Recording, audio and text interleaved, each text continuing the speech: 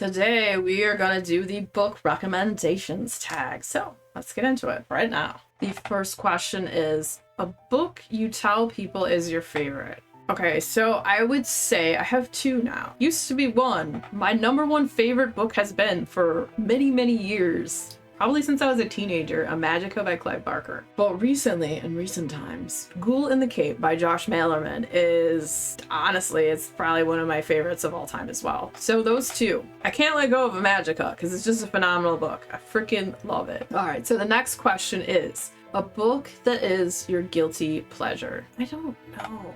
I guess since I read a lot of horror and thrillers and creepy weird stuff, a guilty pleasure to me would be something that's like cozy and rosy and nosy. So that book, Cozy and Rosy and Nosy, would be Legends and Lattes by Travis Baldree. It's such a lovely little book. Gives you the good feels, good vibes, and good smells. The descriptions of the cinnamon buns still stick in my brain to this day. All right, so the next one is a book everyone loved that you didn't. That book for me is Crying in H Mart. I know people love this book. I didn't love it. I thought it was all right. I don't know why I didn't love it as much as everyone else. I just didn't. Okay, the next one is a book you read the fastest. I read a lot of books fast. If I like it, I read it fast. I feel like books that I flew through that I couldn't put down that kept me up till 4 a.m.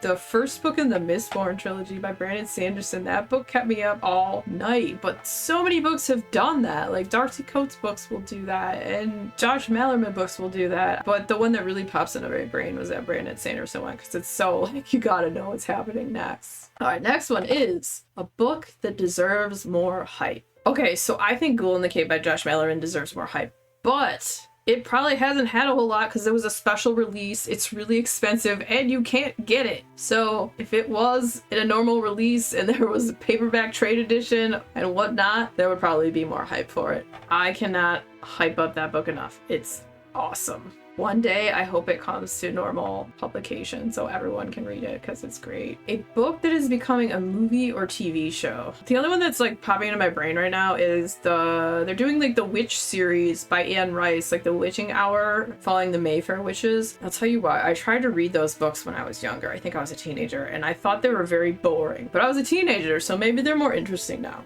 I don't remember. I had the first one. I think I ended up, it could still be at my parents' house. I have no idea, but they are making a show based on that, or it's already out. I think it's already out on AMC or something. The next one is a book that you have reread the most. Voyage of the Dawn Treader from the Narnia Chronicles. That is my favorite one in that series, and I've probably over my whole life read that one the most. I think every like couple years or so I reread that one, and it's short, so it's easy to read through it pretty fast. A book from a genre that you don't typically read. Okay, so I don't read romance normally, but there is a duology that I love.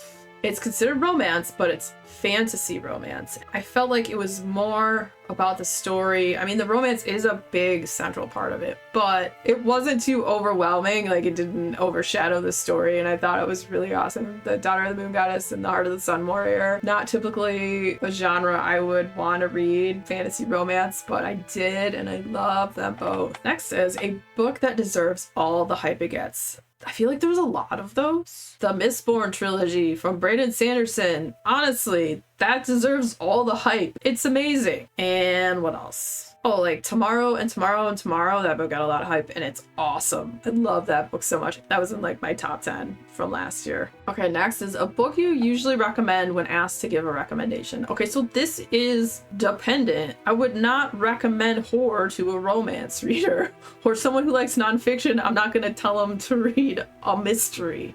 So it's very dependent. This question needs to be more specific. If you're asking me for a general recommendation of some of my favorite books, I might say Neil Gaiman, Neverwhere, or Clive Barker, A Magica, but I'm not going to always recommend A Magica because it's 1,000 pages, and I know most normal people don't want to read 1,000 pages, so I would try to go for something, you know, a little less. But if they ask me horror, I would probably recommend that they get into some Philip Fracassi because he's awesome, and I would say Boys in the Valley. If they ask me for fantasy, if they hadn't read any Brandon Sanderson, I would probably tell them get into the Mistborn trilogy. It's all dependent on what they like to read, whether fiction, nonfiction. that would not be a good one to ask for a romance recommendation. All I could tell you is The Daughter of the Moon Goddess and The Heart of the Sun Warrior, which might not be what they're looking for. They might not want like fantasy. They might just want romance.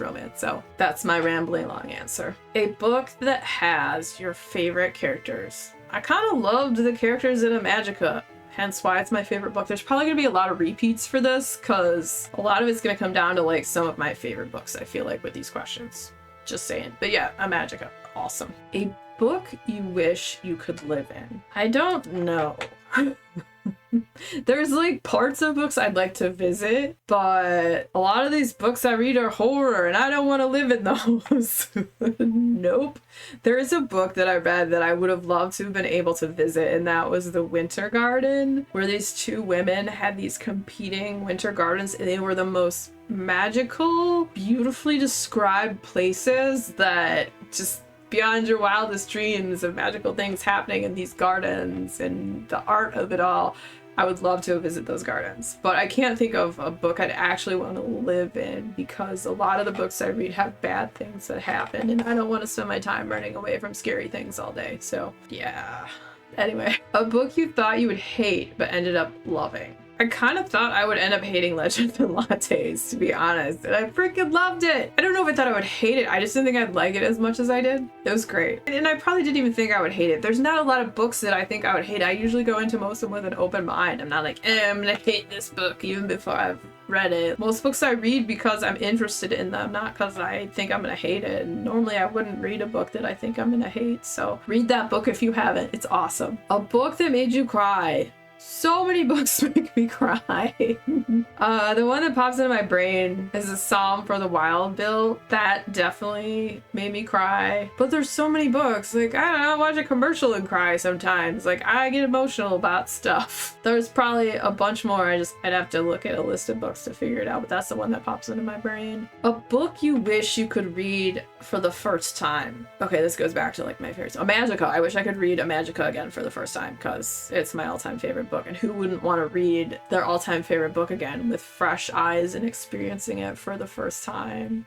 It's like the first time I played World of Warcraft, and that was a magical experience. I haven't played in a long time. Like, I always play again when the new X-Pack comes out, but the first time playing it was quite magical. A book that could cure a reading slump. Legends and Lattes. That book is like pizza. Everybody likes it. Seriously. A book you think everyone needs to read. I think everyone needs to read All Boys Aren't Blue by George Johnson. That book is beautiful. It's a nonfiction book about growing up as a gay black man and just living in his shoes and experiencing it as he did. It was such a like heartfelt and beautiful story, and maybe people could pull their heads out of their butts and stop being such hateful idiots if they could have a little bit of empathy and actually like expose themselves to, you know, something that they're afraid of or whatever people's problems are with it. It's an amazing book and I think everyone should read it.